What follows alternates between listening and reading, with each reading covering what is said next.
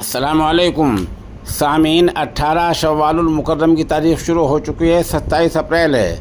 ख़बर का उन्वान है नसीम, नाजिम और साहिल तीनों हादसे का शिकार। इन्ना लिल्लाहि व इन्ना इलैहि राजिऊन।